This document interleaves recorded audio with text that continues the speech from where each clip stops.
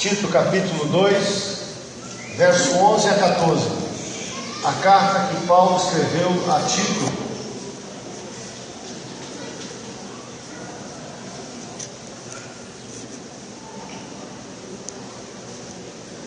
A carta que Paulo escreveu a Tito.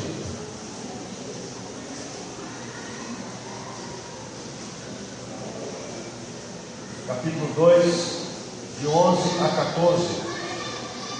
A palavra de Deus diz assim: porquanto a graça de Deus se manifestou salvadora a todos os homens, educando-nos para que, renegadas a impiedade e as paixões mundanas, vivamos no presente século sensata, justa e piedosamente, aguardando a bendita esperança e a manifestação da glória do nosso grande Deus e Salvador Cristo Jesus, o qual a si mesmo se deu por nós, a fim de remir-nos de toda iniquidade e purificar para si mesmo um povo exclusivamente seu, zeloso de boas obras. Preste atenção nesse texto, é um texto muito rico, que traz algumas verdades para nós pensarmos nessa noite. Tito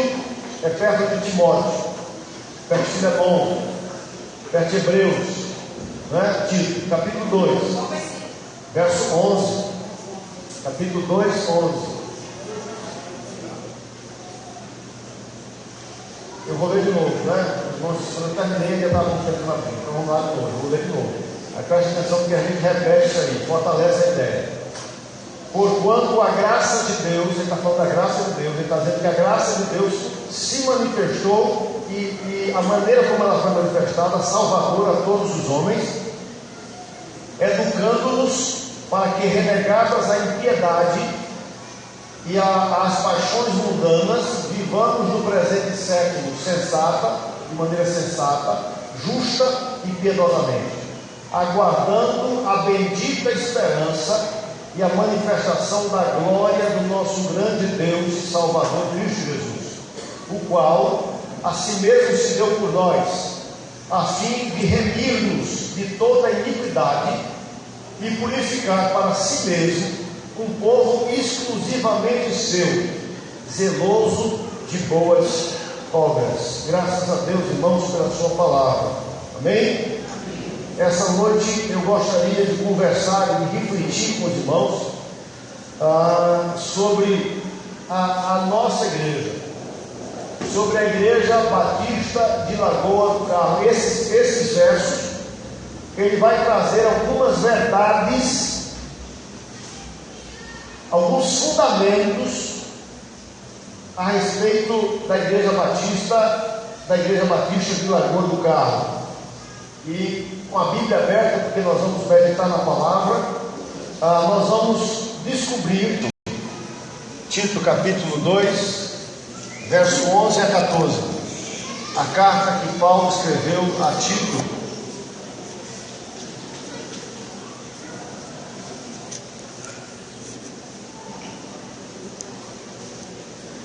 A carta que Paulo escreveu a Tito.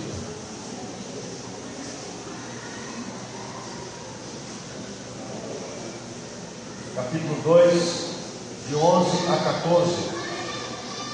A palavra de Deus diz assim: porquanto a graça de Deus se manifestou salvadora a todos os homens, educando-nos para que, renegadas a impiedade e as paixões mundanas, vivamos no presente século sensata, justa e piedosamente, aguardando a bendita esperança e a manifestação da glória do nosso grande Deus e Salvador Cristo Jesus, o qual a si mesmo se deu por nós, a fim de remir-nos de toda a iniquidade e purificar para si mesmo um povo exclusivamente seu, zeloso de boas obras. Preste atenção nesse texto, é um texto muito rico, que traz algumas verdades para nós pensarmos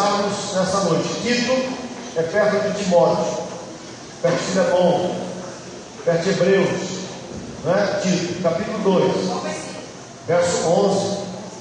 Capítulo 2, 11. Eu vou ler de novo, né? Irmãos, eu terminei e já estava um tempo na frente, então vamos lá de novo, eu vou ler de novo. Aí preste atenção porque a gente repete isso aí, fortalece a ideia. Porquanto a graça de Deus, ele está falando da graça de Deus, ele está dizendo que a graça de Deus se manifestou e a maneira como ela foi manifestada, salvadora a todos os homens, educando-nos para que, renegadas a impiedade e as paixões mundanas, vivamos no presente século de maneira sensata, justa e piedosamente, aguardando a bendita esperança e a manifestação da glória do nosso grande Deus e Salvador Cristo Jesus, o qual a si mesmo se deu por nós, a fim de remir-nos de toda iniquidade e purificar para si mesmo um povo exclusivamente seu, zeloso de boas obras. Graças a Deus, irmãos, pela sua palavra. Amém? Essa noite eu gostaria de conversar e de refletir com os irmãos sobre a nossa igreja, sobre a Igreja Batista de Lagoa do Carmo. Esses versos, ele vai trazer algumas verdades, alguns fundamentos a respeito da Igreja Batista de Lagoa do Carmo. E com a Bíblia aberta, porque nós vamos meditar na palavra, nós vamos descobrir 3 fatores que fazem essa igreja ser o que ela é. Sem esses 3 fatores, ela não seria igreja, ela seria qualquer coisa, menos igreja. Primeiro fator, ela tem uma razão de existir, ela tem uma motivação, ela tem uma razão de existir, e a existência da igreja deve-se a um atributo do caráter de Deus.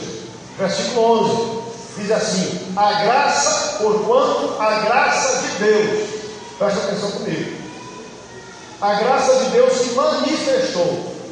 Irmãos, nós só estamos aqui nessa noite.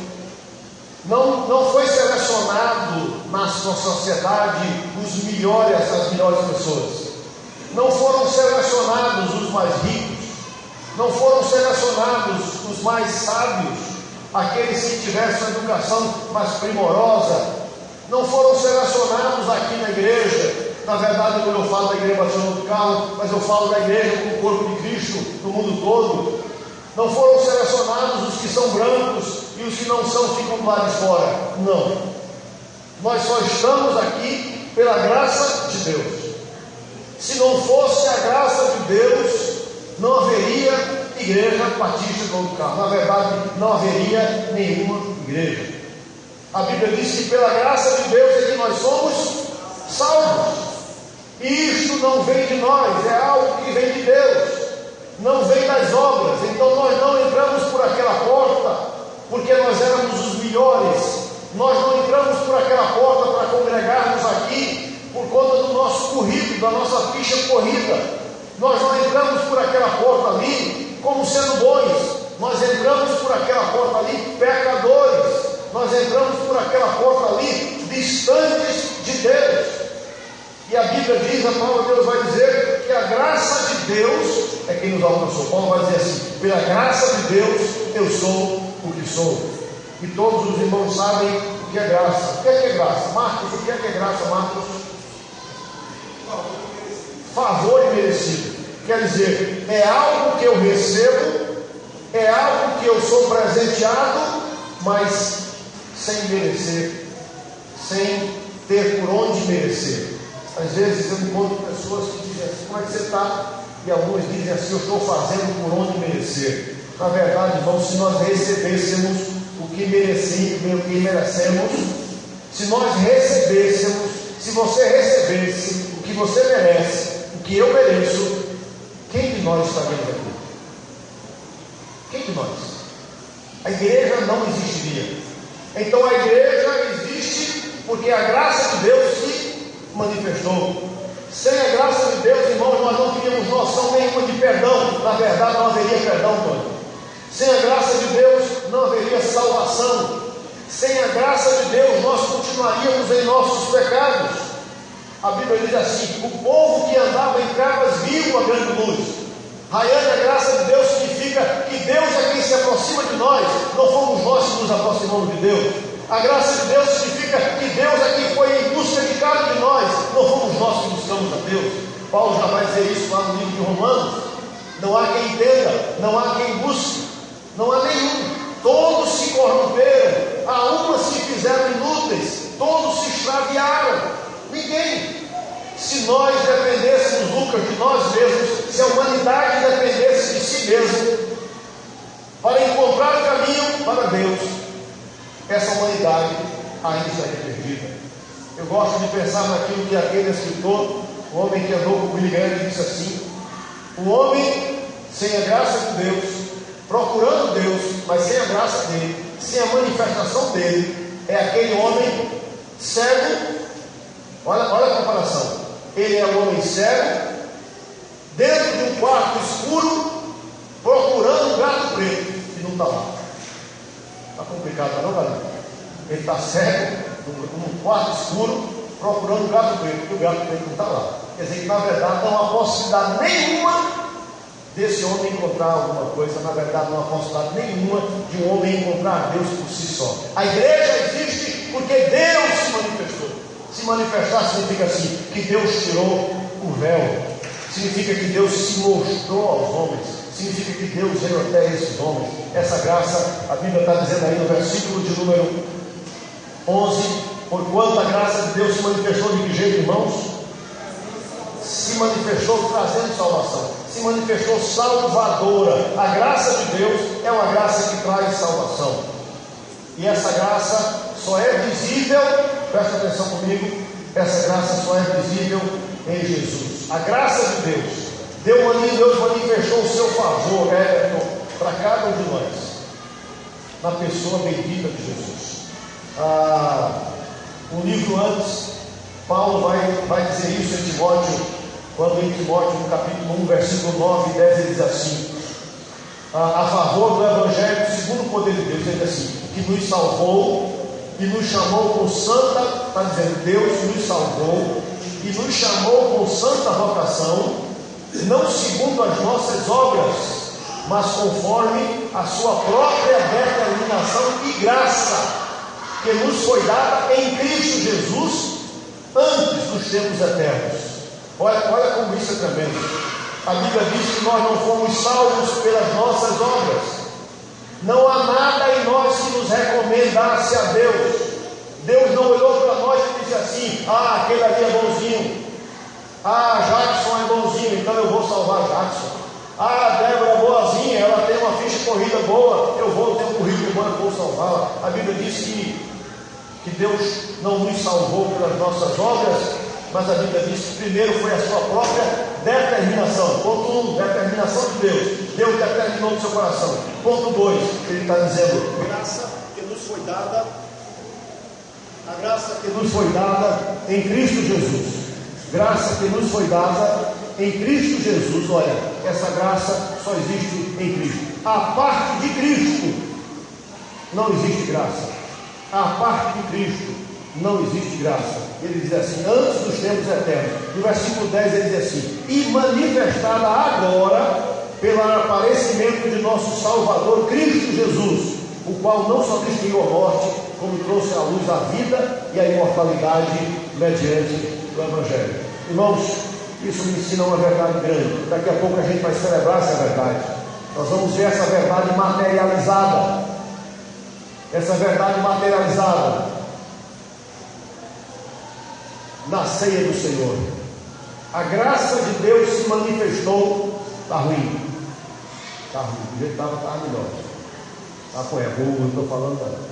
A graça de Deus se manifestou através da vinda de Jesus. Até o Antigo Testamento, o homem, a Bíblia, o texto diz assim: a alma que pecar, essa correrá. Era a relação do homem com Deus. Você faz,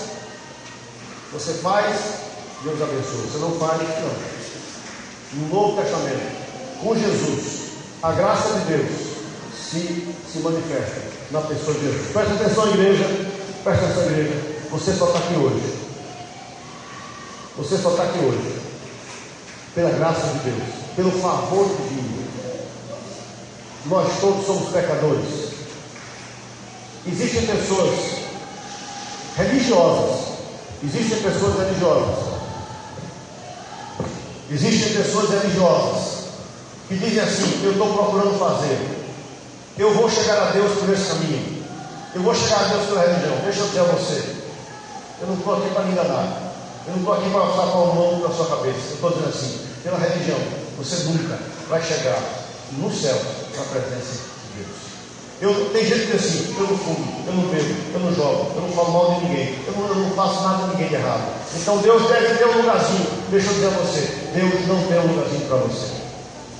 Porque o seu problema não está naquilo que você não faz. A Bíblia está dizendo que o seu problema está na raiz.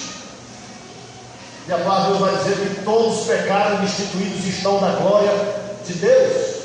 Isso é, a sua raiz é pecaminosa. A palavra de Deus vai dizer que o pecado está em você. E é esse pecado que afasta você de Deus. Esse pecado só é tirado da sua vida através de um nome. Aleluia. Olha que nome. Que nome é esse, irmão? José. Jesus. Maria. Jesus. João. Jesus. Antônio. Jesus. Por um nome. A Bíblia diz que foi esse nome que está sobre todo nome, para que a esse nome todos os joelhos se dobrem nos céus e na terra, e toda língua confesse que Jesus Cristo é Senhor, para a glória de Deus Pai. A parte de Jesus, meu amigo, você pode ter boas intenções, você pode ser até uma pessoa boa, que não faz mal, é um bom cidadão, mas o pecado está em você, e é o pecado que afasta você de Deus. Esse pecado só é tirado pelo sacrifício de Jesus lá na cruz. A igreja tem uma razão de existir. Ela existe pela graça de Deus, ela existe pela salvação que é trazido em Cristo Jesus. Mas essa igreja também tem um propósito. Você vai olhar de novo lá para Tito. Essa igreja tem um propósito. O propósito dessa igreja é ser diferente. Versículo 12 diz assim: educando-nos para que, renegadas a impiedade e o quê? E as paixões mundanas. A igreja, ela tem um propósito de ser diferente na sua relação com a sociedade. A igreja é chamada do meio do mundo, do meio da sociedade, para ser diferente dela. São chamados para fora. A palavra eclesia está dizendo chamados para fora. A igreja é composta daquelas pessoas que foram alcançadas pela graça. Presta atenção, pessoas que colocaram a sua confiança não no pastor Rinaldo e nem na igreja, mas colocaram a sua confiança na pessoa de Jesus.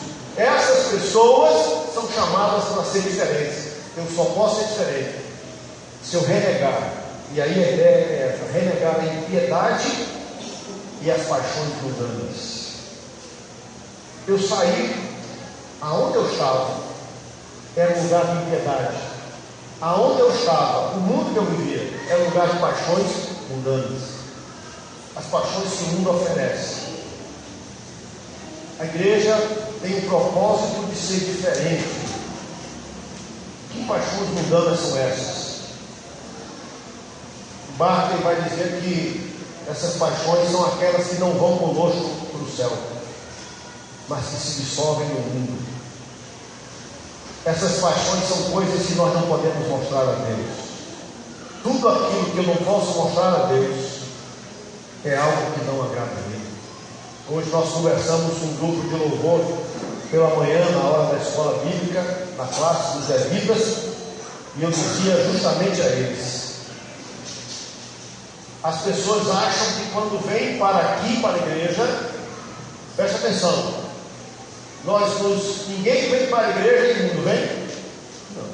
Você toma banho, você se perfuma, você bota a roupa lavada, uma roupa limpa, uma roupa passada, as mulheres se maquiam, ajeita o cabelo, bota escova no cabelo, bota chapinha no cabelo, bota grilho no cabelo, vai ajeitando o cabelo, tá certo? Vai ajeitando, porque quer estar bem. Mas presta atenção, Deus não olha nada disso.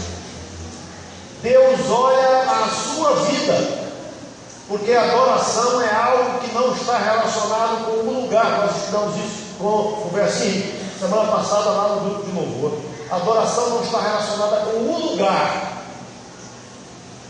A mulher samaritana diz assim: vocês dizem que tem que adorar em Jerusalém, e nós adoramos em Samaria. E Jesus diz assim: nem em Jerusalém, nem em Samaria, mas o Pai procura aqueles. Chegará a hora que nem Jerusalém nem Samaria, mas o Pai procura aqueles que vão adorá-lo em espírito e em verdade. Se a adoração tem que ser um tipo de vida. Deus não olha você apenas quando você está aqui. Deus olha você na segunda, na terça, na quarta, na quinta, na sexta. Se você teve uma semana longe de Deus, quando você chegar aqui no domingo, a adoração que você vai dar ao Senhor vai ser uma adoração rouca. Você pode cantar o mais bonito que você cantar. O grupo de louvor pode tocar, nunca tocou tão afinado na vida. Mas Deus não olha apenas para as mãos que se mexem ou os lábios que se movem. Deus olha para a sua vida, Deus olha para a nossa vida na semana. Porque a minha vida tem que ser uma vida de adoração. Às vezes eu tenho dito, os irmãos chegam aqui, quando eu cheguei aqui Deus já estava. Acaba com essa conversa, não existe isso não, meu irmão. A igreja não é esse prédio. A igreja somos nós. Quando nós saímos, Deus não fica aqui esperando que você venha domingo aqui não, de novo. E nem vem a terça, nem vem a quarta. A igreja que vai, é a igreja que vem, é a igreja que adora, é a igreja que serve. Então, a igreja tem um propósito, primeiro, de ser diferente. Negativamente, ela tem um propósito de ser diferente dessa sociedade que está aí. Ser igreja e ser igual, eu não sou igreja. A igreja Batista do Carro não pode dizer que é a igreja de Jesus e ser igual à sociedade que está aí. Ser igual à sociedade que está aí. Eu me lembro da história de um pregador. Ele era um pastor e ele tinha chegado há poucos dias na cidade que iria pastorear a igreja, e ele teve que pegar um ônibus para ir da sua casa até o centro da cidade. Depois que ele entrou no ônibus, ele descobriu que o motorista do ônibus tinha dado um troco maior a ele.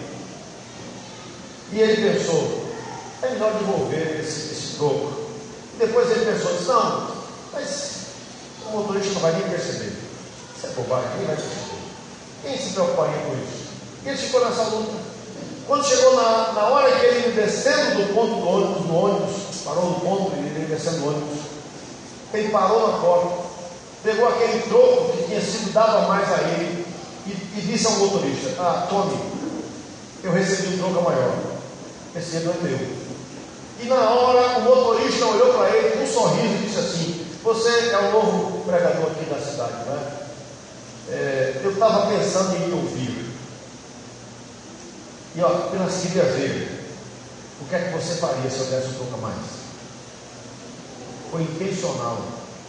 Ele queria testar a integridade daquele homem. E quando o pregador saiu do ônibus, ele chegou no lugar, baixou a cabeça e disse: meu Deus, me perdoe, quase que eu vendi o seu filho Jesus por alguns reais.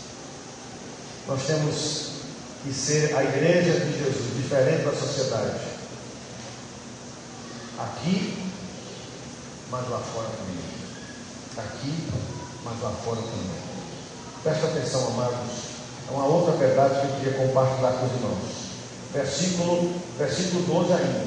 Estou caminhando. Versículo 12. A Bíblia diz assim: educando-nos para que renegadas a impiedade e as paixões mundanas. Eu tenho que deixar a impiedade e paixões mundanas, mas do outro lado, ele diz que eu tenho que viver nesse presente século. De que jeito? Sensata ou sóbria, justa e piamente ou piedosamente. São as três maneiras que nós devemos viver.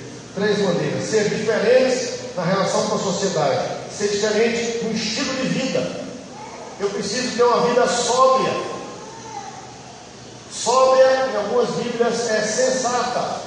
Sensatez traz a ideia de controle, controlado, que é o contrário de insensato, de ser levado, de ser desequilibrado. Qual é o oposto da pessoa sóbria?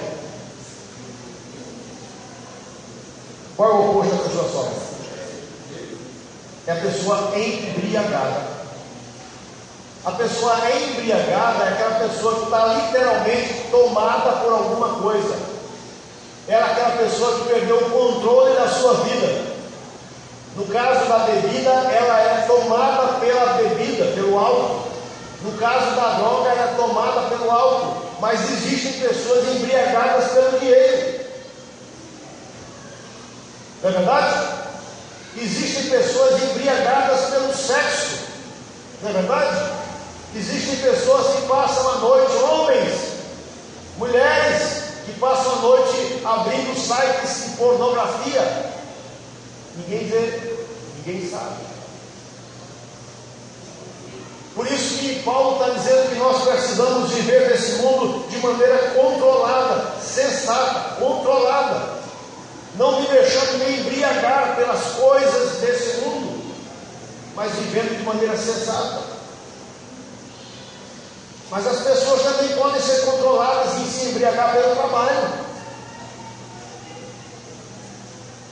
Eu conheço pessoas que trabalham de domingo a domingo. Vamos parar, isso não posso. Eu tenho que trabalhar. Essa semana eu conversei com uma delas e eu disse: a Bíblia diz que há tempo para tudo. E ele disse: mas eu não tenho tempo de parar para a igreja. Eu disse: nós temos. Aí eu disse assim: vamos fazer de conta que eu chegasse para você e dissesse assim: olha, eu estou com 100 mil reais para me dar. Mas é o seguinte, eu só posso te dar esses 100 mil reais hoje à noite. E ele estava trabalhando. Estava trabalhando, estava ocupado. Eu só posso dar hoje à noite, você trabalhando. Eu tenho certeza que você arrumaria outra pessoa para ficar no seu lugar e você viria buscar os 100 mil. Ele disse: nem 100 mil. Só para nós ser 5 mil, eu até digo logo. Quer dizer, o problema não está no trabalho. O problema está na prioridade. Eu preciso ter cuidado. A igreja de Jesus, ela precisa ser diferente, controlada. A Bíblia diz que eu preciso andar de maneira justa. Justa é andar retamente, é ser digno de confiança, mas também de maneira piedosa. Pia ou piamente. Piedosa tem a ver com ser submisso, ser fervoroso. A igreja de Jesus não vive sem Deus. Amados, presta atenção comigo aqui agora. Eu vou falar uma verdade muito grande. Nós corremos um risco muito sério. Lindo, nós corremos o risco, irmã Clarice. Nós corremos o risco, Luciano, de nos acostumarmos com os trabalhos religiosos. Nós nos acostumamos a vir à igreja no domingo, nos acostumamos a cantar os hinos, nos acostumamos a participar da ceia, mas a nossa vida secreta com Deus nós deixamos de lado.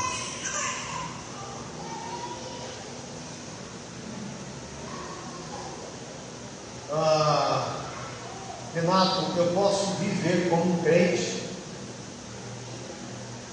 Eu posso viver como crente, posso cantar como crente, posso louvar como crente, posso dar dízimo como crente, as pessoas me olharem como isso, mas é interiormente eu não ter vida com Deus, intimidade com Deus. Hoje de manhã, hoje foi citado isso no estudo também com o grupo de louvor. A autoridade do levita está arraigada na vida secreta dele com Deus. Se você não tem vida com Deus, você não tem autoridade. Se você não tem vida com Deus,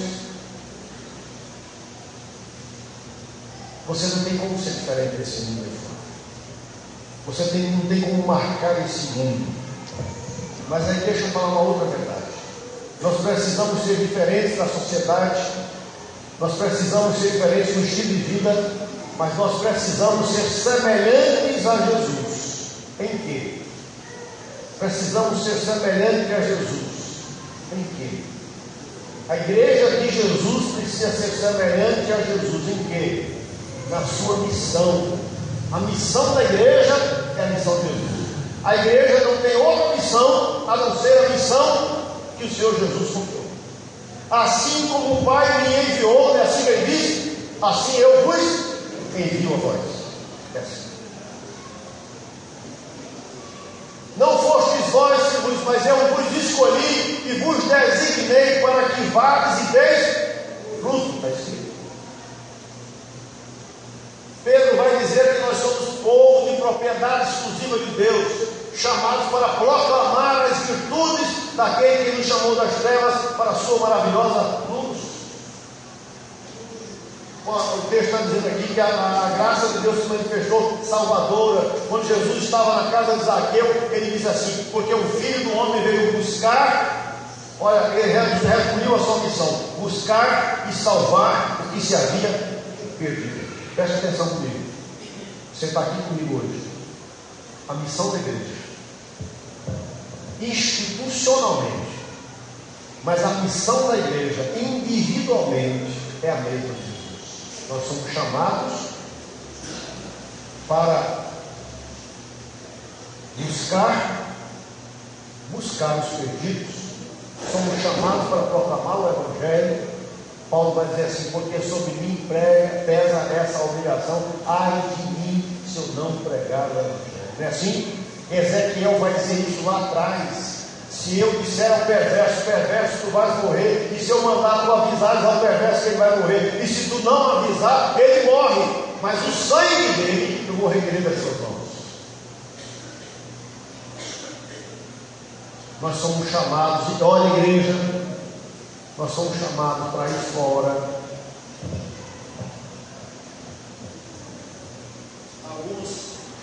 Alguns meses atrás,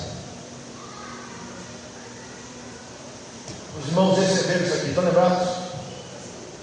Atrás era para colocar 3 nomes, orar por 3 nomes, clamar a Deus por 3 nomes, semear na vida dessas 3 pessoas, falar de Jesus para essas 3 pessoas.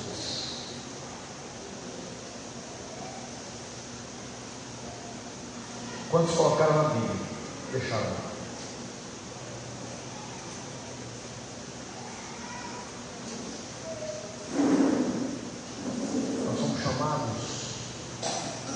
A missão nossa é a missão que Jesus teve. O Senhor Jesus, não Paulo, mas Jesus vai dizer aos apóstolos: receberei sobre vós, o que é que nós vamos receber? O que é que os apóstolos vão receber? A virtude do poder do Espírito Santo, que ser-me-eis. O que é que nós íamos ser? Testemunhas. Nós somos chamados para anunciar, irmãos. Mas tem outra coisa, e os irmãos precisam repensar. Tito capítulo 2, versículo número 14. Tito 2, 14. Deixa eu pedir aí para o nosso irmão Jonas, de pé, recitar esse versículo aí, nesse versículo. Qual assim mesmo se Deus com nós, a minha vida, e tua iniquidade, purificar para si mesmo, como exclusivamente seu, zeloso e boas obras. Muito bem. Olha aí. Jesus se deu a si mesmo por nós, a fim de nos remir, nos resgatar de toda iniquidade e purificar para si mesmo um povo. Olha como é interessante, irmão, você dizer assim: um povo zeloso de quê?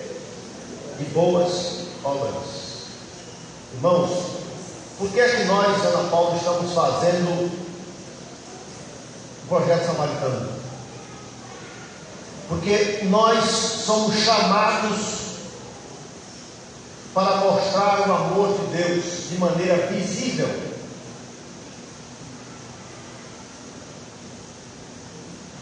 Visível. Quando nós servimos as pessoas, irmãos, eu cheguei quinta-feira, o pastor Rinaldo veio lá de manhã, eu estava em Carpina, cheguei nas Carreiras, almocei, peguei o carro, desci de Itaimaié. Não deu nem tempo de chegar para a oração. Sexta-feira de manhãzinha, Carpina, voltei, comi na carreira, vim para aqui para o templo, projeto samaritano, saí daqui às 6 horas da noite. Correria, monta, desmonta, ajeita, serve, está aí. Corri de novo, voltei para casa, tomei um banho, jantei, voltei para dar um estudo para iniciar. Cansado, mas deixa eu dizer uma coisa a vocês. Se eu tivesse que fazer, se eu tivesse fazendo, porque toda semana a gente vai fazer. Eu faço isso, cansado, mas com alegria. Porque, primeiro, o que Deus fez por mim em Cristo Jesus. Segundo, Nilo, a oportunidade de eu abençoar pessoas e de mostrar a elas o amor de Deus. Não adianta eu apenas falar. Não adianta eu chegar na casa dessas pessoas no Antônio Martins e dizer assim: eu vou orar por você. Não adianta. Se eu não manifestar o amor.